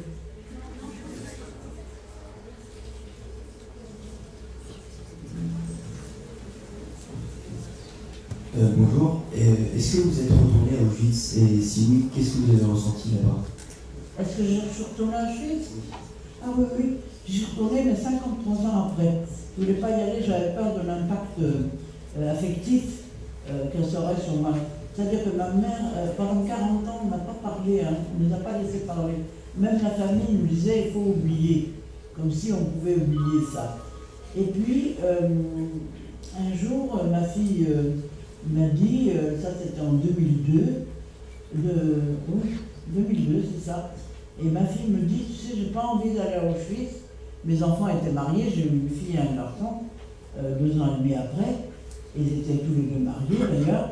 Et ma fille me dit, j'ai pas envie d'aller à Auschwitz, mais si tu veux y aller, j'irai avec toi. Et j'ai compris que c'était une demande. Et j'ai dit à mon fils, ta soeur voudrait venir à Auschwitz avec moi. Et toi? Il dit, moi je ne demande que ça, mais il n'avait pas demandé. Alors on est parti à Auschwitz avec mes 2 enfants en janvier 2003. Et puis en arrivant là-bas, quand j'ai vu ce mirador, du haut du mirador, il neigeait, d'accord, c'était janvier. Quand j'ai vu ces voies ferrées, ces rails, et puis au fond les crématoires écroulés, enfin un des crématoires, il y a les ruines d'un des crématoires, je ne sais pas, tout d'un coup, j'ai ressenti quelque chose de très fort. Je n'ai plus eu peur de la mort. Je ne sais pas comment ça sera le jour où je fermerai les yeux, j'en sais rien comment ça se passera. Mais pour l'instant, je n'ai plus peur de la mort. Et j'ai senti que je pouvais venir avec des élèves. Et depuis, je vais toujours, j'accompagnais, pendant des années, j'ai accompagné des élèves à Auschwitz. Mais depuis 2010, je ne peux plus marcher. Alors je vois les élèves qui partent à Auschwitz, je les vois en amont au mémorial de la Shoah. Mais c'est très curieux parce que là, si vous voulez, quand je vous parle, je prends quand même de la distance parce que c'est très difficile de raconter ça aussi. C'est pas anodin. Mais quand je suis à Auschwitz, je suis dans un état second. Je revis vraiment tout ce que j'ai vécu, je le revis une fois à Auschwitz.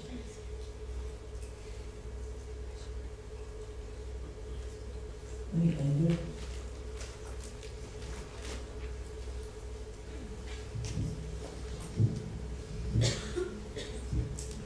Bonjour, je voulais savoir comment est-ce que vous avez fait pour vous reconstruire après avoir vécu, vu tout ça de Auschwitz? Ah ben ça a été très difficile. Vous lirez dans le livre, là, je le raconte. Parce que là, vous le lirez aussi, je vais vous dire quand même. En fait, on n'est jamais sorti d'Auschwitz. J'ai une amie, Ida Grinspan, vous avez entendu parler également. On est dans un film qui passe de temps en temps à la télévision, qui s'appelle Après l'écran, la vie. Et elle dit, de toute façon, quand on me demande comment survivre après Auschwitz, elle dit on ne survit pas après Auschwitz, on survit avec Auschwitz. On l'aura toujours en nous à Auschwitz, de toute façon. Et moi, quand je suis revenue, j'ai une camarade qui m'a retrouvée par Internet, camarade de mon âge, elle m'a retrouvé 4 autres, c'est-à-dire oui, on est 5 petites vieilles là, qui me retrouvent de temps en temps. Et elle me raconte, elle dit, tu te rappelles quand tu es revenu des camps, tu te rappelles plus? Alors moi j'étais au lycée donc Hélène Boucher, qui est à la porte de Vincennes. Hein. Elle dit, tu te rappelles que une semaine après ton retour, tu es venu, toute la classe, on était une classe très unie, il y a ma photo, il y a la photo de la classe d'ailleurs dans ce livre également. Toute la classe était au métro, à la sortie du métro, tu nous as parlé pendant 1 heure, et tu nous as dit, et maintenant, je n'en parlerai plus jamais. Et je ne me souvenais pas de ça. Et effectivement, comme on n'a pas voulu nous entendre parler, moi je suis revenue au lycée, j'avais été arrêtée en 3e, j'étais en 3e puisque j'avais perdu une année sur la Côte d'Azur, une année de classe. Et quand Quand je suis revenu, on m'a mis en seconde. Et mes camarades étaient en première, naturellement. Et alors j'ai bachoté, j'ai vraiment bachoté. Pour passer le premier bac, c'était un examen complet. Hein. Il y avait 2 bacs vraiment complets, avec plusieurs matières. Et je l'ai eu, le premier bac. Mais j'étais tellement fatiguée qu'on m'a envoyé me reposer pendant 2 mois à la campagne. Enfin, et puis j'ai repris l'année d'après. Alors l'année d'après, je suis rentré en philo, enfin ça s'appelait la philo, le terminal c'était la philo. Et, mais je n'avais pas fait de première, ça a manqué d'ailleurs. C'était mal. Et quand je suis en philo, j'étais avec mes camarades, là j'étais très content. Mais alors, le lycée était un lycée où il y avait une discipline très sévère.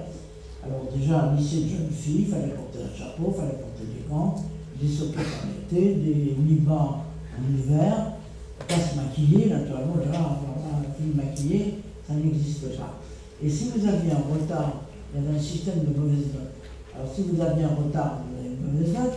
Si vous parliez mal à une surveillante, ça doit être CE, c'est le CE, conseiller d'éducation, maintenant ça s'appelle, c'est vrai. Oh, on a changé, mais non, c'est pas bien, enfin bon. C'est mieux, c'est mieux. Et un retard, donc, parler mal à un CE, parler mal à un professeur, encore pire, ne pas rendre un devoir le jour où il devait être rendu, c'est une mauvaise note. Et au bout de 10 mauvaises notes, il y avait un 0 de conduite. Et les filles, elles s'écroulaient quand elles avaient un 0 de conduite, elles s'écroulaient en pleurs. Moi qui sortais de l'enfer, je ne pouvais pas m'écrouler. Alors j'ai fait les 400 coups, je raconte dans le livre, et j'ai entraîné mes camarades aussi. Je ne les raconterai pas maintenant. Si vous avez le loisir de lire le livre, vous verrez. Je les ai entraînés vraiment dans le chemin, je voulais vivre et vivre. Et donc j'ai raté le deuxième bac, je l'ai raté en philo, enfin en terminale, on appelle la terminale maintenant. Et il y avait dans mon lycée, il y avait 2 classes qui étaient réservées, ça s'appelait le cours des maraîchers, parce que ça donnait sur la rue des maraîchers. Ils étaient réservés à des jeunes gens et jeunes filles qui avaient perdu des années d'études du fait de la guerre. Il y avait effectivement des gens, il n'y avait pas beaucoup de jeunes filles, il y avait des infirmières, ambulancières, tout ça, quelques jeunes filles, mais pour une classe, par exemple, chaque classe avait, il y avait 36 élèves, par exemple, il y avait 6 filles et 30 garçons. Et les garçons, c'était ceux qui s'étaient engagés avec le général qui est devenu maréchal de Lac de Tassigny pour faire la campagne Rhin et Danube pour libérer notamment la France, l'Allemagne, enfin voilà. Et il y avait des résistants. Et je suis arrivé donc dans ce cours-là, j'avais parfaitement le droit d'y aller. Et là, j'ai eu mon bac et j'ai aussi rencontré celui qui allait devenir mon futur mari et le père de mes enfants. Lui, il avait fait la résistance. Voilà. Mais je dois dire que même quand je me suis mariée, après on s'est retrouvés à la Sorbonne, mais on ne pensait pas tellement aux études et tout ça, et on voulait se marier. Et à l'époque, une jeune fille ne quittait pas ses parents, enfin le foyer de ses parents, pour aller vivre avec un homme. Ça se faisait pas du tout. On se mariait, voilà, c'était comme ça. Et donc, on s'est mariés, on avait de la chance, parce que quand vous avez le bac, vous n'avez pas de chance. Vous n'êtes pas sûr avec bac plus 5 ou plus 6, vous n'êtes même pas sûr de trouver le travail. La France se reconstruisait, on était sûr de trouver avec le bac, vous trouviez du travail tout de suite. Je suis tout de suite entré, moi, dans une agence de presse, l'agence Repère, une agence de presse anglaise. Et puis, si vous voulez, la vie normale, on n'est pas normaux, on croit qu'on est normaux, mais enfin, les gens croient qu'on est normal, mais nous ne sommes pas normaux quand même. La reconstruction, même quand j'ai eu mes enfants aussi, ça a été un vrai bonheur. J'ai eu d'abord ma fille, donc Claire, et mon fils 2 ans et demi après, Laurent. Et on a décidé, quand j'ai eu mon fils, que j'arrêterais avec mon mari, on a décidé que j'arrêterais de travailler. Parce que je voulais voir vivre mes enfants. Parce qu'il fallait absolument justement que je donne la vie, on avait voulu me prendre la vie, et moi, il fallait que je me donne la vie. Et donc, je suis restée pendant 12 ans sans travailler, j'ai vu vivre mes enfants, ça a été un vrai bonheur. Et ensuite, j'ai retrouvé à 40 ans, j'ai retrouvé du travail au Muséum d'Histoire Naturelle, au Jardin des Plantes. Et j'ai fini ma carrière au CNRS, quoi. Mais toujours en travaillant au muséum. Et ça, c'était très bien. Et en fait, ma seule thérapie, ma vraie thérapie, la reconstruction, ça a été le livre. Parce que je vous dis, on n'a pas voulu nous entendre. Il ne fallait pas parler, il ne fallait pas traumatiser les Allemands pour ce qu'avaient fait leurs compatriotes. Le général de Gaulle ne voulait pas qu'on en parle. Donc c'est au bout de 40 ans seulement, c'est en 1985, oui c'est ça, 40 ans après, que j'ai commencé à témoigner. Je témoigne depuis 1985. Et on aurait eu besoin, quand on est arrivé en France le 24 mai 1945, on nous a conduit à l'hôtel du Muséum, le salon de film, tout ça est exact, les gens nous assaillaient de questions, nous montraient des portraits, vous avez connu un tel ou une telle, on ne voulait même pas raconter-nous comment c'était, on ne voulait pas raconter, on ne voulait pas en parler. Et à l'hôtel du Tessia, on vous passait une radio des poumons. Et du moment que vous n'avez rien au poumon, on vous lâchait dans la nature. Maintenant, il y a des cellules de crise. À chaque fois qu'il y a un événement important, il y a une cellule de crise. On aurait eu besoin de parler à ce moment-là, mais on n'a pas pu parler à ce moment-là. Et c'est vraiment ma thérapie, ma reconstruction complète, ma thérapie a été le livre. Et ma reconstruction complète, je suis devenue arrière-grand-mère 2 fois cette année, et là c'est vraiment ma revanche sur le cœur. Mon pied de nez a été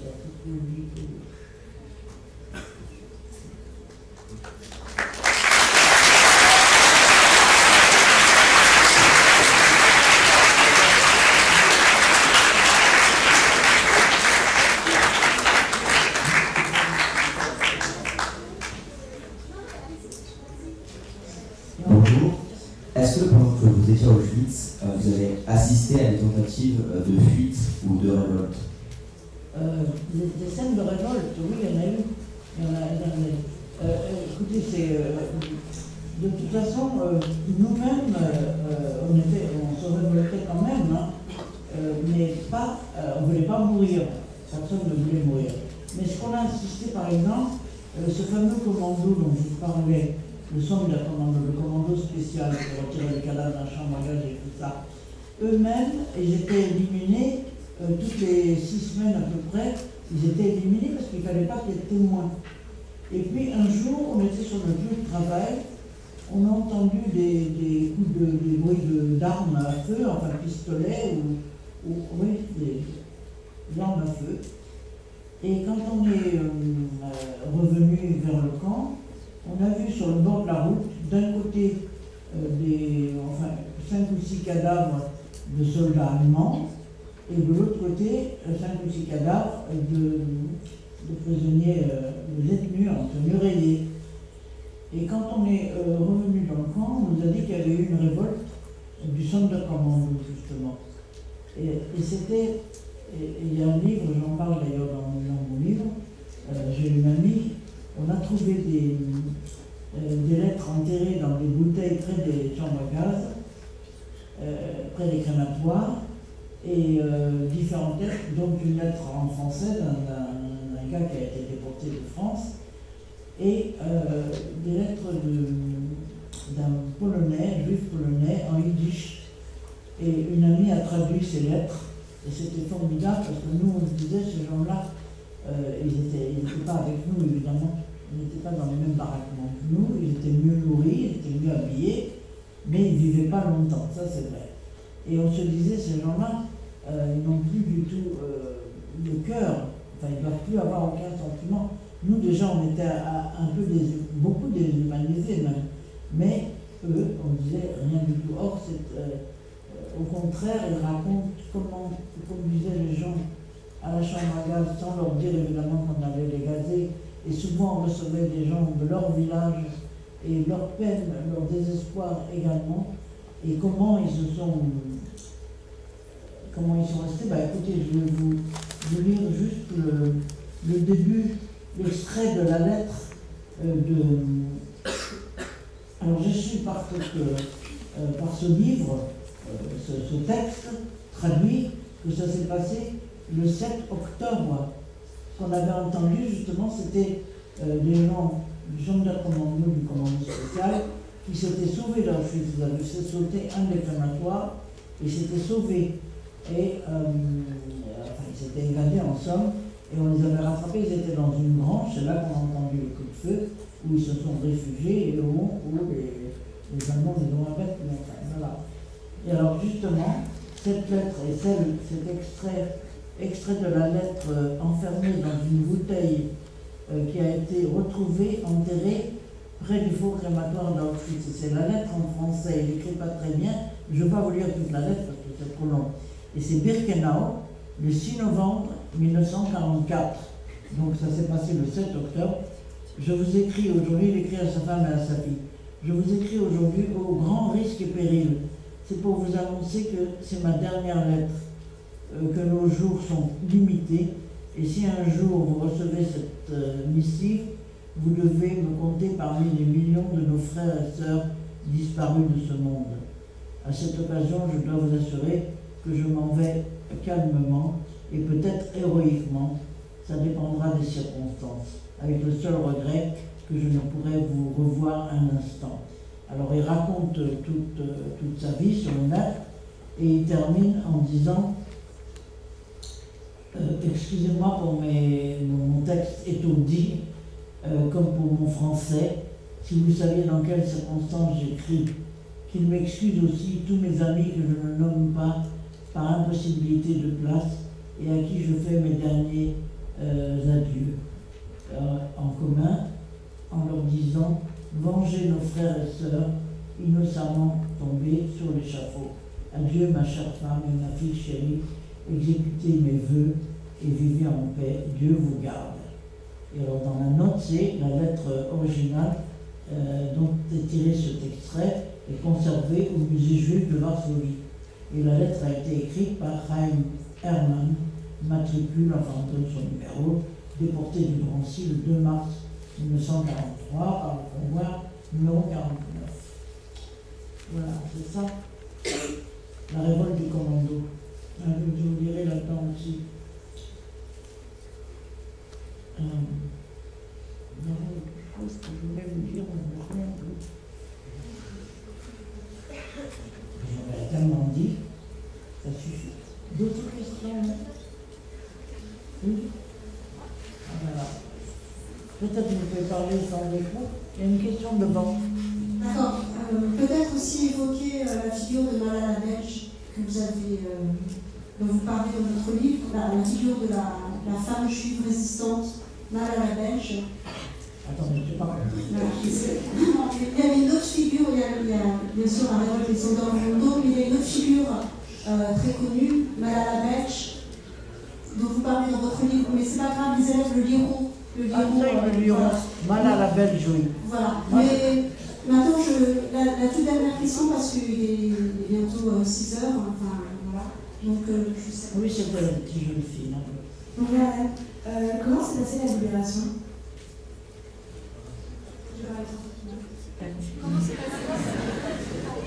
Comment s'est passée la libération? Ah, la libération, là. Mais vous le direz dans je ne vais pas parler plus.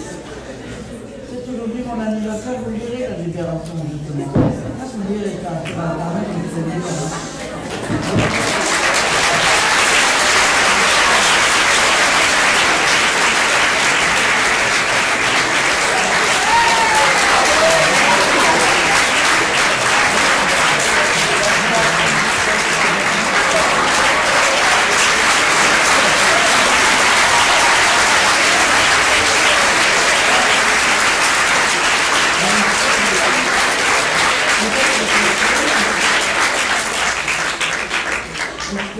Parce que je voudrais leur dire que mon livre s'appelle Chasser les papillons noirs, parce que c'était une chanson, le refrain d'une chanson chantée au Edith Piaf.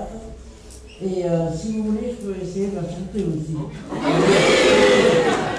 Si j'ai encore assez de voix. Et c'est pour vous donner l'espoir. C'est pour vous donner l'espoir dans la vie, de toute façon. La chanson est comme ça. Tant qu'il y a de la vie, il y a de l'espoir.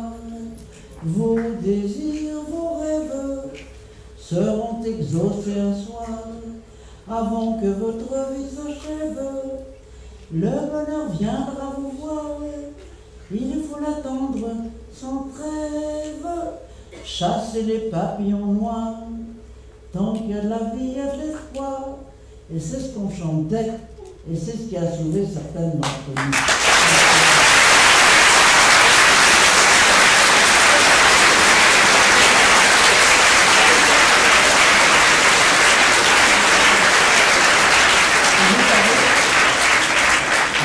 Vous nous ferez un monde de paix et d'amour toujours. Parce que c'est ça, il faut vivre dans l'amour. Et il faut le dire, et moi je le dis que vous allez. Voilà.